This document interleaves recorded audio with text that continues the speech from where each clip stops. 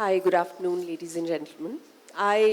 Some people believe, and I think Mr. Atul said that it's tough to give a speech right after lunch. I think it's a very good thing to do a chat right after lunch because you see happy, smiling, well-fed people in the audience. My name is Sonal Kalra, and as film journalists like me talk, we really look for gems in cinema who also lend a meaning and purpose to their existence. And trust me, that doesn't come very easy.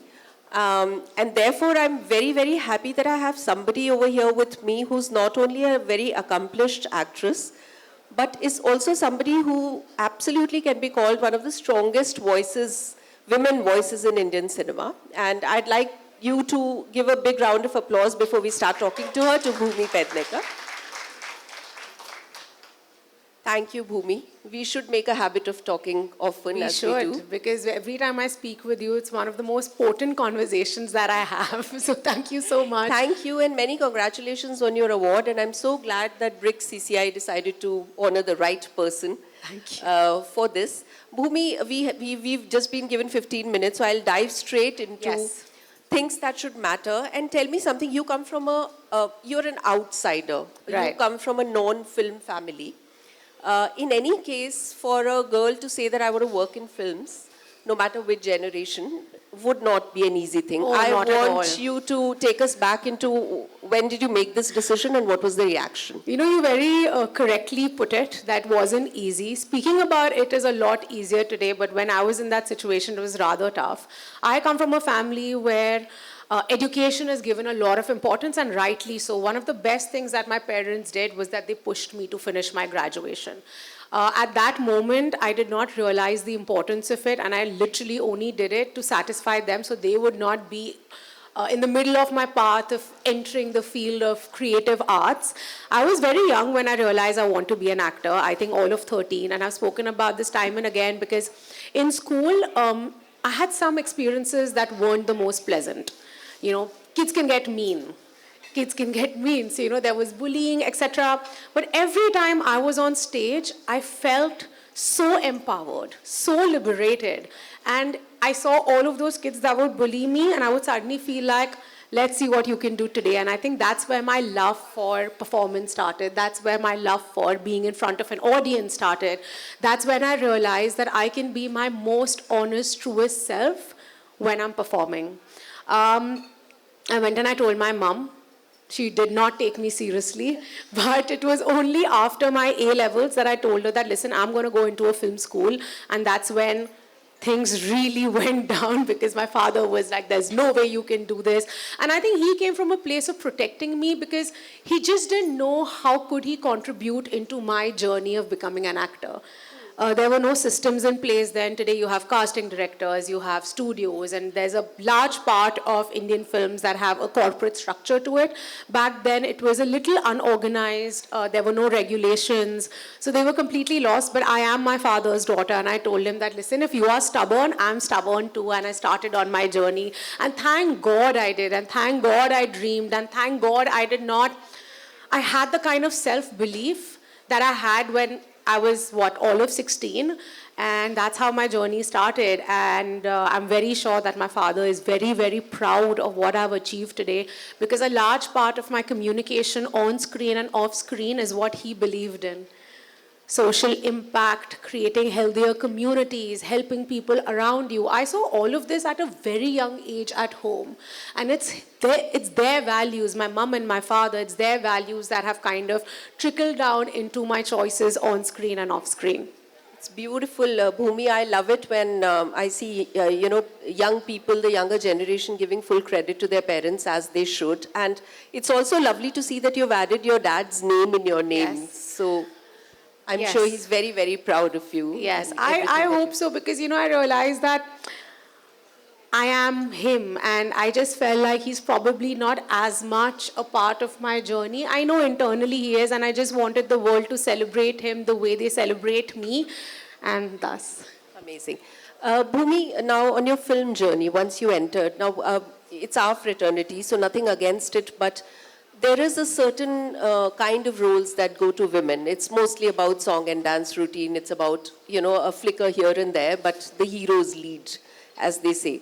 Now, you came in and you did films where the length of the role just ceased to matter because you were making your presence felt. And whether it's your first film, which was Dam Laga Ke Haisha, or Sand Ki Aankh, or then you followed up with. So how difficult was it, and what instinct led you to choose these kind of meaningful roles as a heroine? Ma'am, honestly, I think my first film, I tasted blood with my first film. You know, in many ways, with Dam Laga Ke Haisha, I realized the impact that meaningful cinema can have. The film celebrated loving yourself. If for those who don't know in the room, Dam Laga Ke Haisha, which was my first film, was a beautiful love story between a girl who was overweight by societal standards and a guy who was a complete underachiever. This girl, the character that I played, she was highly educated. She had a lovely job as a teacher, but she was always made to feel lesser about herself because of the way she looked. I had an opportunity of going through a massive physical transformation. I gained about 36 kgs for the film because after 36 kilos I stopped counting, and even that journey while I was gaining my weight was very interesting because I realized how people look at you differently. You know, the gaze on me changed. I constantly had people come up to me and ask me, are you okay? Is there anything that you're going through? And honestly, I was going through the best time of my life. It is so tough landing a big screen lead heroine part. And for that film, I had an opportunity to eat. I love food. And act.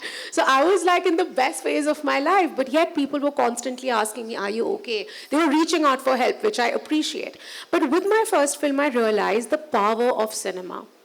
If we use cinema to create positive social impact, it can go far and wide. And then I saw it with my second film and my third film.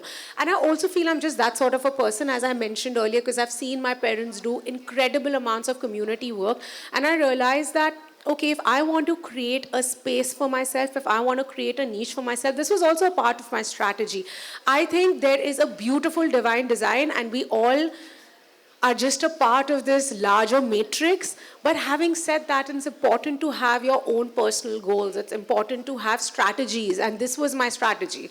That I wanted to do meaningful cinema, I wanted to do content first, performance first parts, because not a lot of people around me, had those opportunities, which is a problem of the system that we have in the movies, but also because of my first film, a lot of those opportunities came my way. With Toilet Ek Prem Katha, the kind of social impact we saw had me gobsmacked.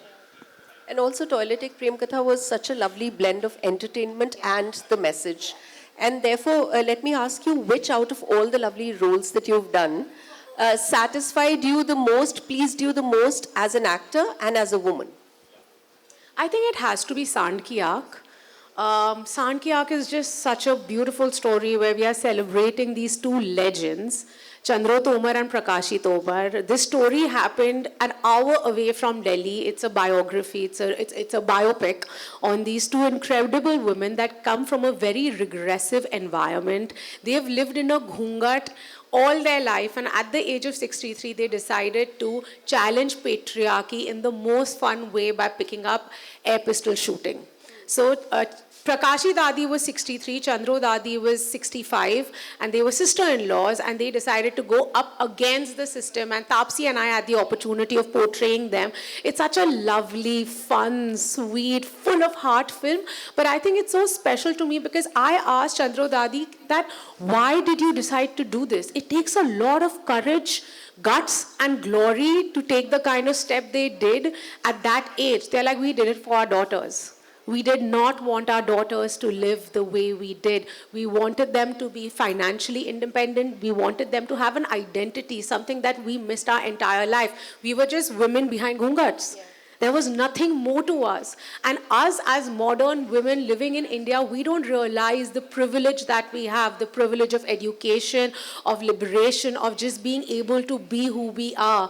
And they wanted that life for their daughters. And also I'm from Haryana, like half part of me, I'm a Jat girl, the maternal side of me, and playing that character was an ode to my Nani. I have seen that culture through my life, and I wanted to portray somebody, and yeah, so it was my ode to my grandmother. What an absolutely wonderful tribute to your grandmother. Nobody could have done it better. And Bhumi, so now off screen also, you said that your parents taught you community service, and that came very naturally to you. But not many people over here, I mean, the Indians would surely know, but we have some guests from other countries, and I'd like to tell you that apart from being a spectacular actress that she is, she's also a huge climate change warrior. She has been an ambassador of this cause for a long time now. What prompted you to take up climate change as a cause that you love? You know, this is something that I connected deeply with way before I became an actor. I grew up with climate anxiety as a kid, and mental health was never really spoken of, especially in the times that I was growing up. So I felt very lonely, and I was like, why do I have these thoughts? Because when this is 20 years ago, when I was not even a teenager, I always imagined an apocalyptic world, and 20 years later, that's exactly what we are living in. Our cities, our air is not breathable, we don't have nutrition in our soil, our water is not drinkable, and these were the exact reasons that I thought of those many years ago. And I had a very simple funda. I was like, what is it that everyone in this room, or what is it that we really want to do as human beings? We want to protect the ones we love. And the truth is, climate change is the largest looming threat that humanity is dealing with today. Absolutely. And it was this exact thought. I was like, if I truly love my family and if I truly want to protect them, I have to be a part of this journey. And fortunately, I found like-minded people. Luckily, I became an actor, a successful one that gave me a large platform, and people cared about what I had to say. So a large part of my life is dedicated into bringing reform within the as an entrepreneur, Bhumi decided to expand, and you came up with a sustainable water brand. You want to tell us a bit about it? So it was about 3 years ago that my sister and I, we were at a wedding, and Indian weddings are huge. There are so many people that attend them, and we were sitting and we were surrounded by hundreds, maybe even thousands of plastic bottles. I would see small, so I ditched drinking from single-use plastic close to a decade ago because I work in the field, so I had enough knowledge about what we are drinking is just a bottle of toxic chemicals. Because the moment plastic is exposed to any sort of heat or sunlight, it starts seeping toxic chemicals, microplastics into the water that we drink. And I would see little kids, people with underlying condition, drink water off that bottle, and it was a very big problem to me. And that's when we realized that there has to be a solution that is better for your body. There has to be a solution. Already look at the air that we are breathing. Look at our natural resources. They are they've all become corrupt right now, right? So we saw that space, we saw that gap, and that's how our journey started. Our aim is to create a clean beverage brand starting with water. It is called Bag Bay. It is available across many cities in India, all premium grocers. And we are just trying to clean up the beverage industry that is full of sugar, plastic, and all dirty things that we don't want to consume. Well, Bhumi, kudos to your endeavor, and I hope more and more women come forward and add some substance and meaning to their entrepreneurial ambitions also. And with that, I think we've run out of time. I see people doing this to me. So thank you so much, Bhumi. It's been lovely having you here. And if I could please end this on a round of applause from all of you for Bhumi and the fabulous person that she is. Thank you.